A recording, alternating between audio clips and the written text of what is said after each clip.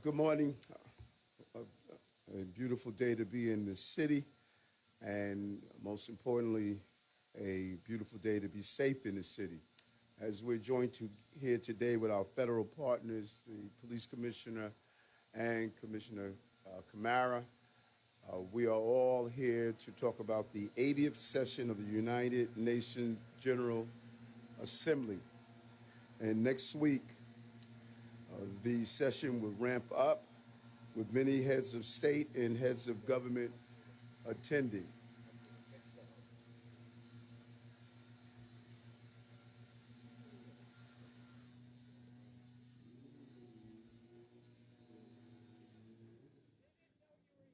It's all good. It's all part of the process. This building represents so much for our country and the globe. It is a place where many discussions take place to deal with major issues that we're facing globally. And it's a real symbol of our ability to sit down and have healthy dialogue even when we disagree. The iconic UN sits near the East River, remains a symbol of not only peace, but a symbol of hope. And I'm proud to be the mayor of this city that would house this important conversation, something that we call UNGA, United Nations General Assembly. New York City is a global city, and events that happen in one part of the globe will impact all of us. And we cannot solve issues like climate change, the migrant crisis, poverty, inequities, war, and epidemics alone. We need each other, and we see that every day. We have collective responsibility to act and work together to combat the issues of our time. And next week, as global leaders, diplomats, civil society representatives, press, and advocates will come together to discuss these issues, we have an obligation to ensure they're able to do it in a safe manner. And we will accomplish that task. The brave men and women of the NYPD, FDNY, and our federal partners will come together and ensure the safety of this city. We're going to coordinate with the Department of Transportation, Department of Sanitation, Department of Parks and Recreation, New York City Emergency Management, and working around the clock to ensure the safety and coordination of our visitors as well as everyday New Yorkers. We have also here, we must thank Commissioner Sada Camara, who's here with us today, the Mayor's Office of International Affairs, for her coordination in dealing with the sensitivities of those who are arriving here in the city, and our New York City Police Department Intelligence Division and Executive Protection will play a crucial role in this coordination. We want to thank the United Nations staff and their security personnel for joining us in coordinating. But we cannot do this alone, as we indicated. The coordination with our federal security partners, including U.S. Secret Service, the Diplomatic Security Service, and Homeland Security Investigations. These partners and our coordination will ensure a safe UN General Assembly. The UN Security and Safety Service will be crucial to this operation, and our intelligence division with Commissioner Rebecca Weiner will ensure that we have a clear line of communication at all times. And at this time, there are currently no known specific or credible threats against the United Nations. But our posture is elevated out of an abundance of caution, given the global environment. We will have thousands of officers, canines deployed, and we will be protecting New Yorkers and visitors underground in our subways as well as on our streets surrounding the United Nations. And from the air, we'll be using our drones and helicopters, and on our waterways with our harbor and counterterrorism units. Because as always, we remain vigilant, and we're telling New Yorkers security is a shared responsibility. So see something, say something, most importantly, do something, notify the authorities.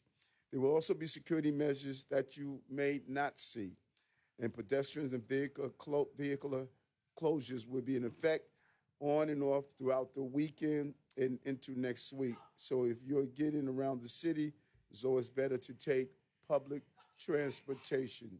Security is always responsibility of all of us, and we will coordinate together. Safeguarding events is something that NYPD does better than any police department in the nation, and the United Nations General Assembly would be no different. And as we welcome 200 world leaders to our city over the next few weeks, we're going to recommit to working together and standing behind the principles that form this great body. The principles of human rights, justice, peace, dignity, and humanity. And as one great New Yorker, Eleanor Roosevelt, once stated, it isn't enough to talk about peace. One must believe in it, and it isn't enough to believe in it. One must work towards it. And so as the 80th session of the United Nations begins, let's continue to work towards peace and hope. I want to turn it over to the Police Commissioner of the City of New York, Commissioner Tisch. Thank you, sir. Good morning, and thank you all for being here. Beginning September 23rd, New York City will once again host the high-level general debate for the 80th United Nations General Assembly. Over the course of the week, representatives from more than 200 countries will gather here to address urgent global challenges at a time when many regions are experiencing deep conflict and instability. Despite those tensions overseas, at this time, as the mayor said, there are no known specific credible threats to this year's General Assembly. But that fact does not change our posture. The NYPD remains fully prepared with a layered security plan designed to meet the need. The high-level week begins with a surge of arrivals on Sunday, September 21st, and will involve hundreds of motorcades throughout the week. NYPD officers supporting these motorcades are fully briefed on their respective countries, including security concerns and any unique cultural or diplomatic considerations. Beyond the UN headquarters itself, other meetings and special events across the city will require resources and protection. Thousands of NYPD officers will secure routes, fortify protection for the President of the United States, support security at hotels where heads of state will be staying, and ensure the safe.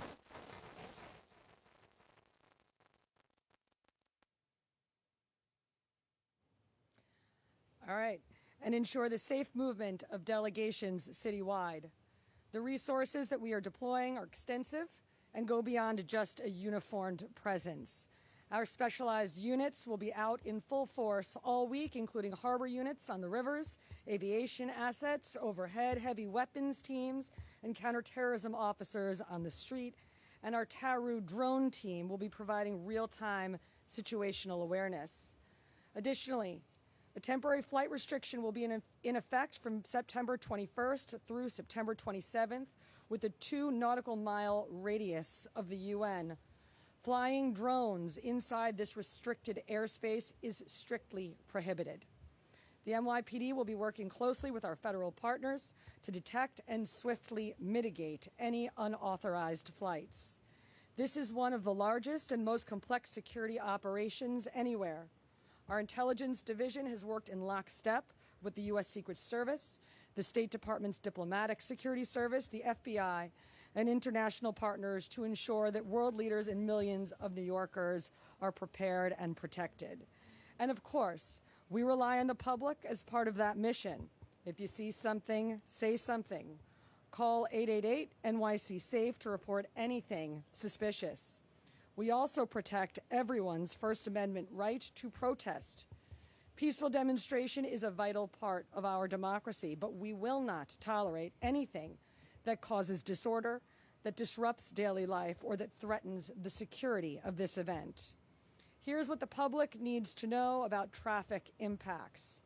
First Avenue will be closed from 42nd Street to 48th Street, and 44th Street through 48th Street will be closed from 1st Avenue to 2nd Avenue daily for the duration of the assembly. Passenger vehicles and bicycles may use the 1st Avenue tunnel to travel north through the area. However, it's important to note that there will be rolling and intermittent closures citywide as delegations move between venues, including parts of the FDR Drive. We strongly urge everyone to use mass transit and allow extra time for travel throughout the week. Even with thousands of officers devoted to UNGA security, our work across the city does not stop. Our fall violence reduction zones and other precision policing initiatives continue without interruption, ensuring that our focus on gun violence and neighborhood safety remain constant. Through comprehensive planning, deep federal and international partnerships, and the dedication of NYPD officers citywide, New York will remain safe, welcoming, and in motion through this global event. And now I would like to turn it over to the Special Agent in charge of the Secret Service's New York Field Office, Matt McCool.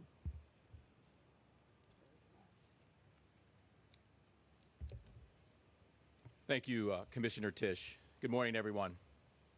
I am Matt McCool, Special Agent in charge of the U.S. Secret Service New York Field Office. The eyes of the world will be on New York City next week as the 80th United Nations General Assembly kicks into high gear. Designated a National Special Security Event, or NSSE, this is the largest gathering of global leaders on the planet. There will be more than 150 world leaders and their spouses converging on Manhattan. That is 75% of all United Nations members. The Secret Service, along with our federal, state, and local partners, have been deploying the Comprehensive Security Plan for many months. Have been developing the Comprehensive Security Plan for many months. This is a recurring NSSE, as authorized by the Secretary of Homeland Security, which allows for a whole-of-government approach to providing the highest levels of security. While the U.S. Secret Service is the lead agency responsible for the coordination and implementation of the overall security plan, this is a total team effort. I cannot overstate this. Our success in securing the UN General Assembly relies heavily on a broad spectrum of partners. First and foremost, the NYPD stands alone as our essential partner in this important work. They provide an unprecedented number of officers, assets, and expertise. The Secret Service thanks Commissioner Tisch and her incredible team for the dedication and support.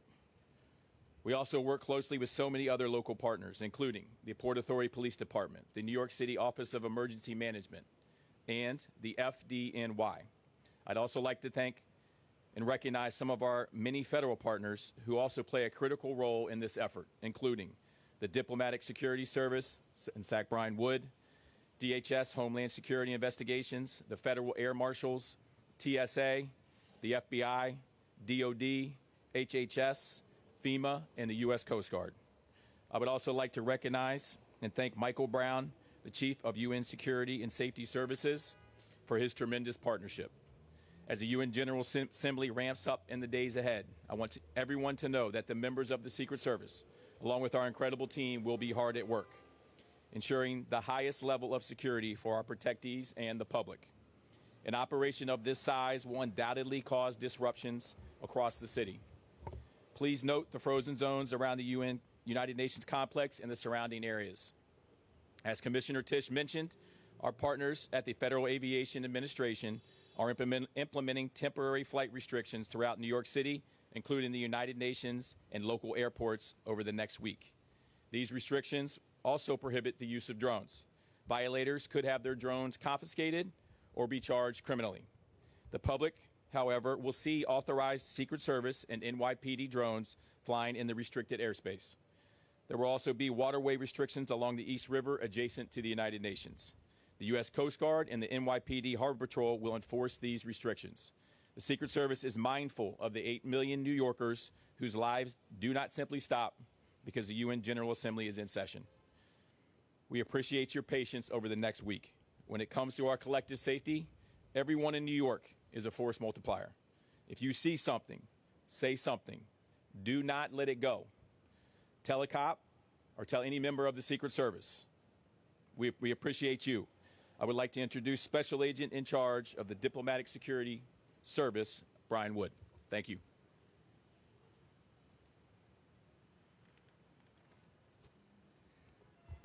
Thank you, Matt. Good morning, everybody. I am Brian Wood, the Special Agent in charge of the Diplomatic Security Service, New York Field Office.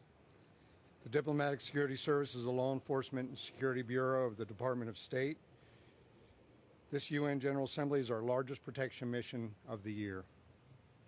During this year's United Nations General Assembly, marking the 80th anniversary of the UN Charter, Diplomatic Security will coordinate with dozens of law enforcement partners to secure this event. Over 600 DS special agents, ATF, U.S. Marshal Service agents, and support personnel will be in New York City to support operations and protect approximately 50 foreign ministers and other dignitaries as they focus on important global issues. We welcome the opportunity to work with our law enforcement partners to provide the highest level of protective security. Through our work, we are helping advance U.S. foreign policy and national security interest both here in New York and around the world. The ultimate goal is to keep America safe and secure while welcoming our own representatives and the world's diplomats. On behalf of the Diplomatic Security Service, I wish to extend my sincere appreciation to the New York Police Department, the United States Secret Service, the United Nations Department of Safety and Security, the U.S. Marshals, Bureau of Alcohol, Tobacco, Firearms, and Explosives, and Homeland Security Investigations, and all our federal, state, and local law enforcement and emergency first responder partners for their excellent support and collaboration. Our mission, working together, is to ensure the safety and security of all personnel, facilities, and operations. Together, we represent the finest law enforcement, security, and emergency response personnel the United States has to offer. And we will successfully create a safe and secure environment for the 80th session of the United Nations General Assembly. At this time, I will now turn over the microphone to Mick Brown, the United Nations Department of Safety and Security Chief.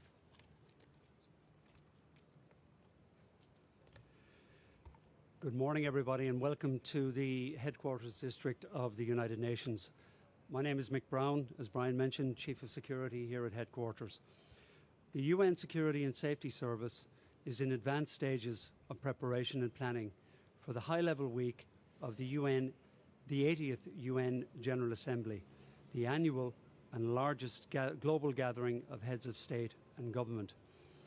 In undertaking these preparations and in executing next week's complex and challenging security operation, we do so in close collaboration with our partners at federal, state, and city level, and we are most grateful to these agencies for the critical support provided to the United Nations. I would also like to take this opportunity to express my sincere gratitude to His Honour Mayor Adams for the outstanding support city agencies, and in particular NYPD and FDNY, provide to UN security, not alone during UNGA, UN General Assembly, but also throughout the year. Your Honour, we greatly value your department's collaboration and cooperation. Thank you.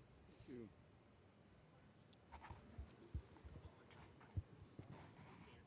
Mayor, is the NYPD preparing any arrest warrants for heads of state, maybe on behalf of some foreign judicial body? We welcome individuals here in this city, and we're looking forward for all of them being here. There's several heads of states I'm going to meet with, and I'm looking forward to meeting with the Prime Minister Netanyahu when he arrives in the city as well. He will be welcome like our other dignitaries. And maybe Mr. Wood, Mr. Brown, or Mr. McCool, could you imagine if the NYPD tried to effect an arrest of a head of state? What would you guys do? What would you do? Next question, Joe. Hi, Mr. Mayor. How are you doing? Quite well. How are you? I was wondering if you could elaborate that on a little bit. How does this work? Like, under your administration, would the NYPD ever act in a way like that without federal partners? And why or why not? Can you explain a little bit the partnership and what would need to happen? You know, it's extremely significant to know that the United Nations is here for a reason. And there's something called diplomatic immunity.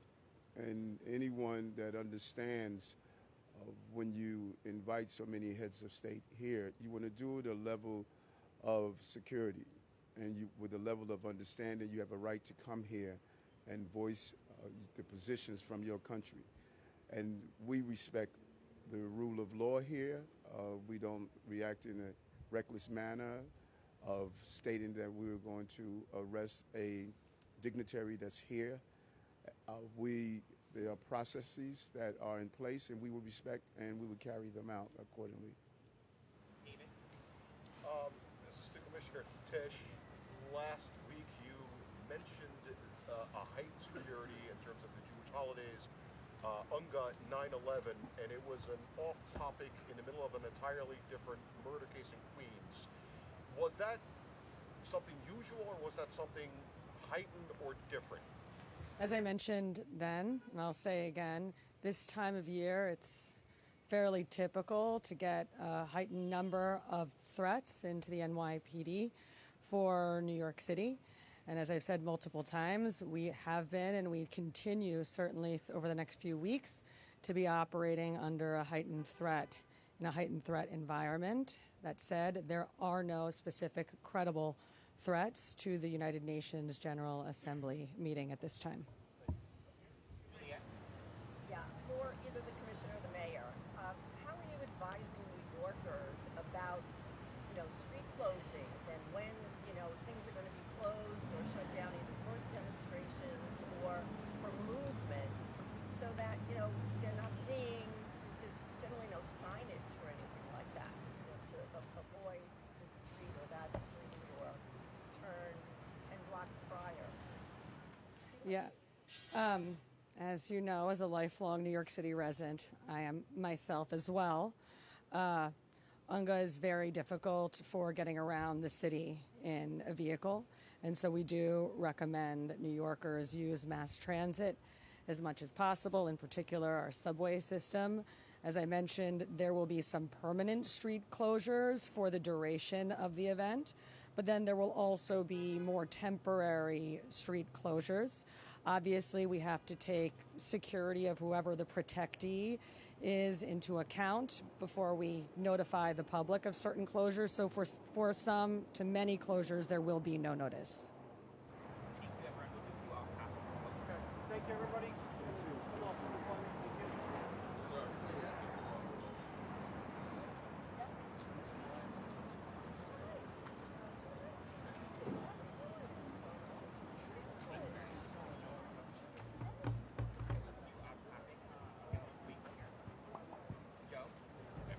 What's up, Joe?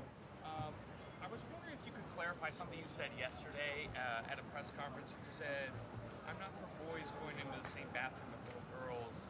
And I'm wondering, the Department of Education website says students must be provided with access to facilities consistent with their gender identity asserted at school.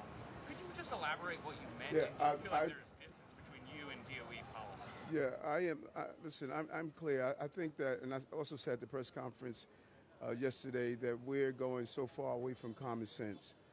I don't support girls and boys using the same restroom. I don't support that. We're going to always respect how one identifies themselves, but my utmost importance is to ensure that when my children are in school, they're in there in a safe environment, and I do not believe a safe environment is allowing boys and girls to use the same facility at the same time.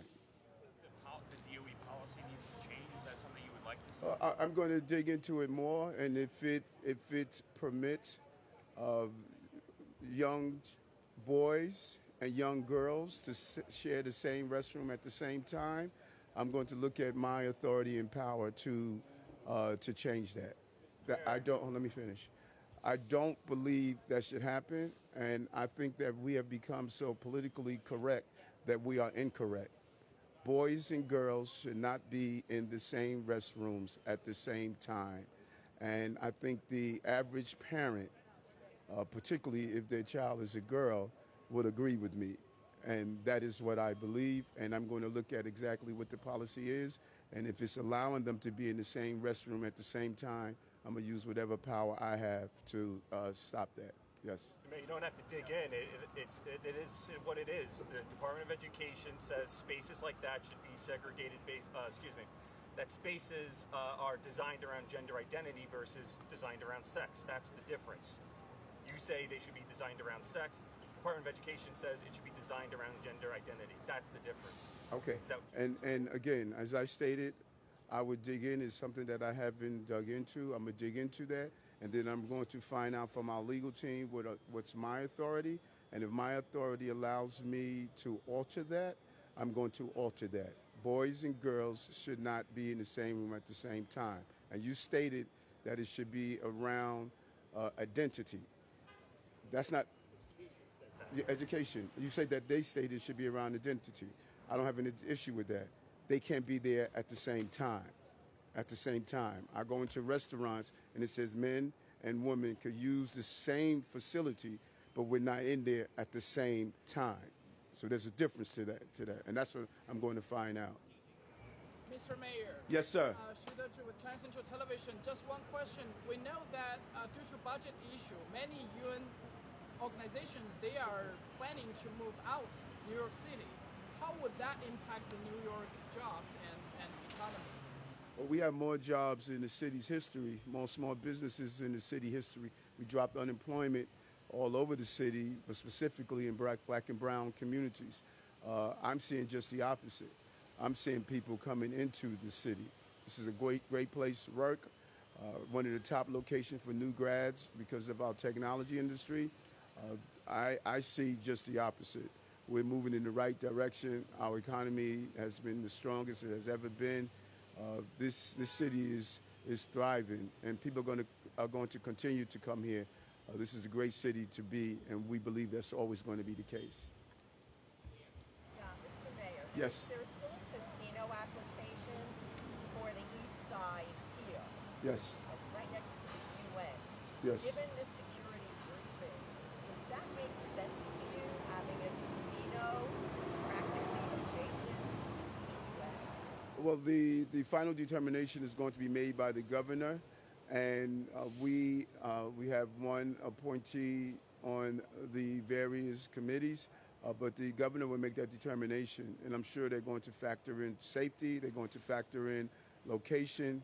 There are many things that's going into this, but the local electeds will have an input on exactly what's the next step is. I think that we should not just allow what we saw yesterday. We should not allow parts of the city not to have the potential of having their application examined. We saw that in the city council, that we vetoed the legislation that attempted to do so. And I think yesterday also we saw an example of something that could impact the economy. It was stopped at such a lower level. I think all of them should be reviewed by the governor's team to determine if they should move forward or not. This location as well, the governor and her team will determine that. Mr. Mayor, I wonder over here. Yeah, how's it going? I just wonder, because we're standing outside the mission to Turkey, if you were ever offered the position of ambassador to Turkey. That's been some rumor that's been out there. I wonder if that ever came up. I've said this over and over again. I'm going to continue to say it. I'm really disappointed on how rumors become, these stories. And it has undermined my election. I keep telling that. You guys had me going to Saudi Arabia, even though I said I was never offered that. You had me going to HUD. I said I was never offered that. You had me going to the Yankee game to meet with the president. I said, here's my schedule. I'm not going there. You wrote it anyway. So it's just like, it doesn't matter what I say. You have your own agenda, and the agenda is to undermine my campaign. And it has hurt at many levels. And, I got to just push through and forge through all of the bullshit that's being printed and reported. Let me run for office like you're letting every other candidate run for office. I have an obligation to run the city and run for office, and I've been forthright with all of you, but it doesn't matter. Sensationalism and cliques is what we have turned into. I got a campaign to run. I'm going nowhere. I'm the mayor of the city of New York. Until the voters decide otherwise, I'm going to continue to do so. I was not offered any position to go to Turkey, to eat turkey, to do anything else. So we need to, hopefully one day we could say that, all of these rumors, Eric is stepping down on Friday, Eric is stepping down last Friday. I mean, what is the goal here? What is the real goal? And that's what voters have to ask themselves. Like, what is the real goal? What's the real goal? What are you guys really trying to do? Because you've been successful in undermining my campaign. But is there another goal that I'm looking at that I don't know about? So I got to continue to run with all of this madness that's going around. You know, next time we make sure that we move the press conference down the block and be in front of the admission to the Saudi Arabia. Maybe I won't get the Turkish question. Mr. Mayor, any comments after a Texas man was arrested for allegedly making threatening calls to Mamdani? Yes, the Queens DA made an announcement today, and you know there's almost a level of irony to this. Here you have a person who has spent his life bashing the NYPD, the desire to defund, the desire to say which assignments they're not on. We heard about this, and they requested police detail. He has a full detail that's moving with him because they were concerned about his life. And so when you see that irony, I guess that's why the word irony is in the dictionary, because there's something ironic about a person who called for protection for his life, but don't understand why we don't want to defund and disband our police department to protect everyday New Yorkers. That is, you know, there's something ironic about that. And so the person who made the threat should be apprehended. And it just goes to show these officers carry out their job no matter who the individual is. And that is why we call it New York's finest, because it takes a lot to get up every day, no matter what people say about you, you're still willing to protect them. And he has that police detail because we don't believe anyone should be the victim of violence, but we also believe that we owe a debt of gratitude to our police personnel, and we should show them some respect as they do their job. Thank you.